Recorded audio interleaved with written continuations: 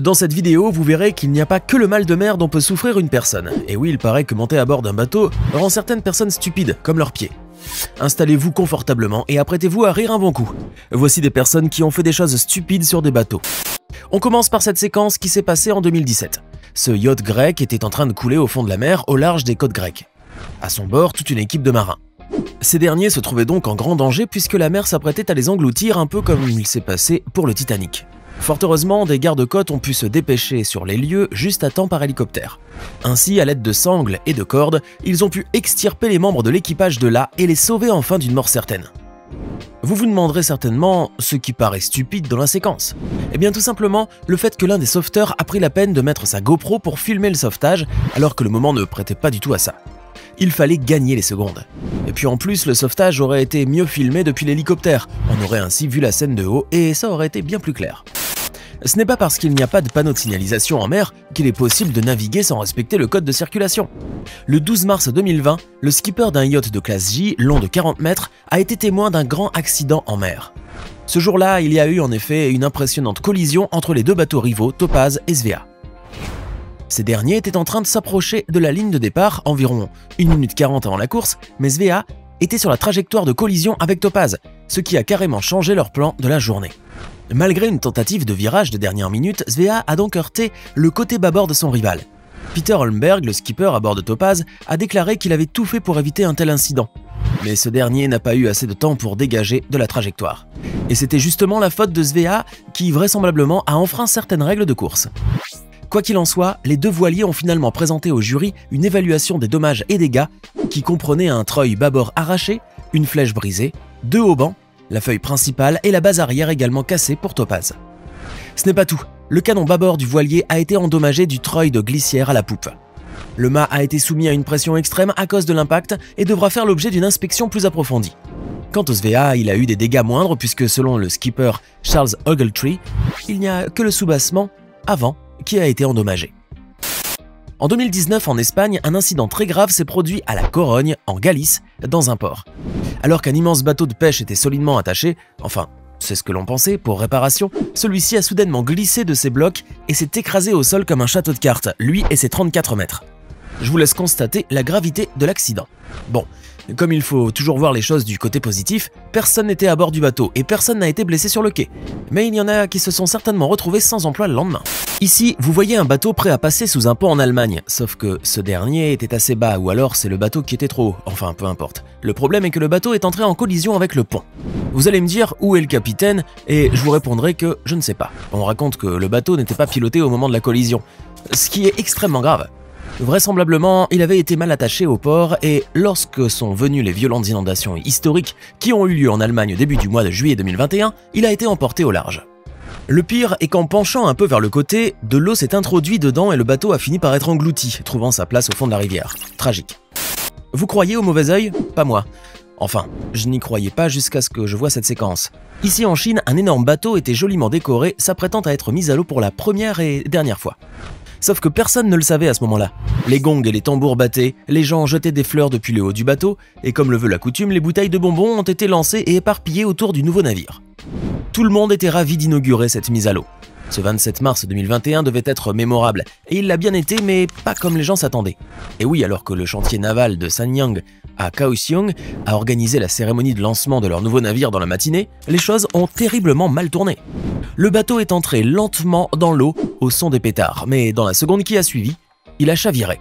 En effet, quelques secondes seulement après qu'il ait touché l'eau, l'immense bateau a commencé à pencher vers la gauche et est resté incliné. Le navire qui avait été baptisé Chengfan 188 faisait pourtant plus de 700 tonnes et devait normalement être très résistant. Ce moment mémorable a donc dû être très probablement gênant pour plus d'une personne. D'autant plus que le chantier naval de Sanyang était si fier de son nouveau joujou qu'il a voulu faire les choses en grand. D'ailleurs, la cérémonie de mise à l'eau a eu lieu à 11 h de sorte que tous les membres de l'équipage et les pêcheurs étrangers soient présents à son bord. Mais c'était sans compter sur cet accident de parcours. Enfin, si on peut encore parler de parcours, le navire n'ayant pas fait 10 mètres dans l'eau. Le chantier naval a ensuite dû remorquer le navire jusqu'au quai pour permettre à l'équipage et aux pêcheurs de débarquer pendant que les experts examinaient la cause de l'incident. Retour sur la terre ferme pour tenter de répondre à la question suivante. En quelle année le Titanic a-t-il sombré? A. En 1922, B. En 1912, C. En 1932. La réponse vous sera donnée à la fin de la vidéo. Imaginez-vous en train de prendre votre douche dans votre sublime maison de maître située au bord d'un fleuve, une maison que vous avez passé tellement de temps à imaginer et à construire. Maintenant imaginez que vous vous prélassez sous l'eau chaude en pensant à cette belle journée qui vous attend et où vous pourrez accomplir plusieurs objectifs, mais que soudainement vous vous retrouvez d'une seconde à l'autre sans toit sur la tête et pas de mur pour vous cacher. Pire encore, vous voyez que tout le voisinage vous regarde estomaqué parce qu'un navire vient de percuter votre demeure et qu'il a tout rasé au passage. Eh bien c'est ce qui s'est passé en 2018 à Istanbul. Un cargo de 225 mètres a percuté une villa datant du 19e siècle située sur les rives du détroit du Bosphore. Le navire qui traversait le détroit à partir de l'Égypte pour l'Ukraine est sorti de route pour finir sa course et s'encastrer dans la villa ottomane en bois en bord de mer, provoquant immédiatement l'interruption du trafic maritime. L'accident a eu lieu exactement sous le pont Fatih Sultan Mehmet, l'un des 3 ouvrages d'art qui entrejambent le Bosphore pour relier les 2 continents. Le Vita Spirit a perdu le contrôle en raison d'un problème technique, sans doute un blocage du gouvernail. Heureusement, l'accident n'a fait aucune victime, mais le magnifique édifice en bois a été éventré et s'est en grande partie démantelé. Quel gâchis! Ces images ont été filmées en Allemagne en mai 2019. Des marins russes s'étaient rendus dans le pays à bord du 3-mâts Mir. Mais une fois repartis à bord de leur navire, alors que ce dernier quittait le port pour retourner à Saint-Pétersbourg, il a agrippé au passage la poupe d'un minibus Mercedes garé très près du bord, ainsi que d'autres tentes temporaires bâties sur le quai.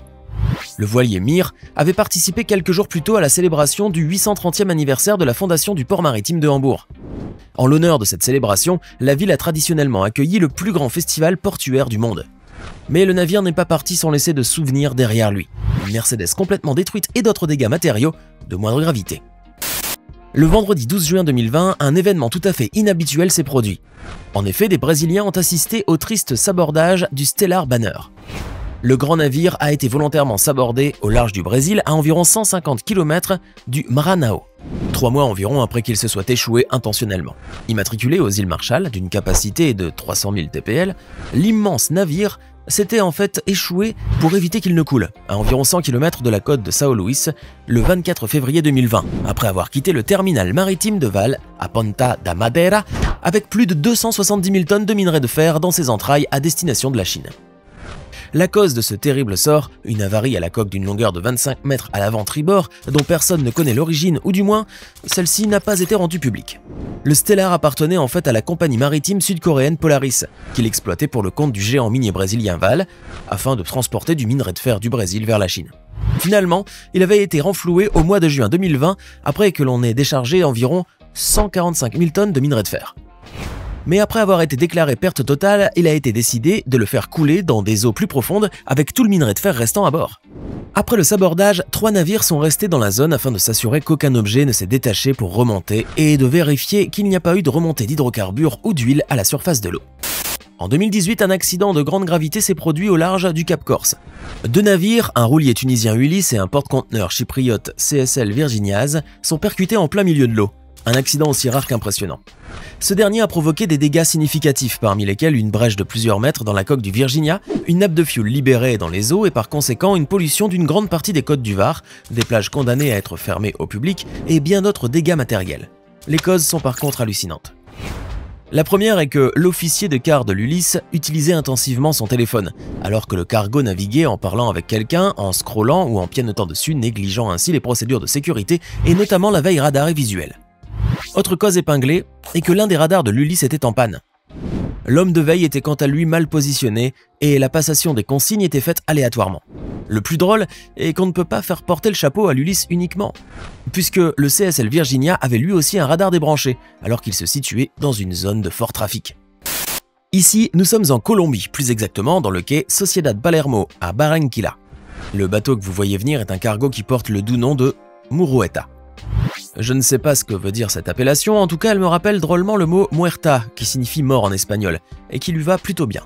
Pourquoi je parle de mort? Eh bien parce que le capitaine qui pilote ce cargo n'est pas très fiable à mon avis, enfin, moi je monterai jamais avec lui. Ce jour-là, en voulant s'arrêter au port, l'énorme cargo est entré en collision avec le quai. Le navire coque bâbord et le quai ont été endommagés, et l'ancre bâbord a été quant à elle arrachée. On ignore les causes de cette collision, mais je crois que le capitaine a un peu trop picolé la veille. Je dis ça, je dis rien. Maintenant, dites-nous dans les commentaires ce que vous pensez de ces personnes stupides sur des bateaux. Et n'oubliez pas de cliquer ici pour regarder une autre de nos vidéos. Et pour la question de tout à l'heure, je suppose que vous l'avez deviné, il s'agissait de 1912.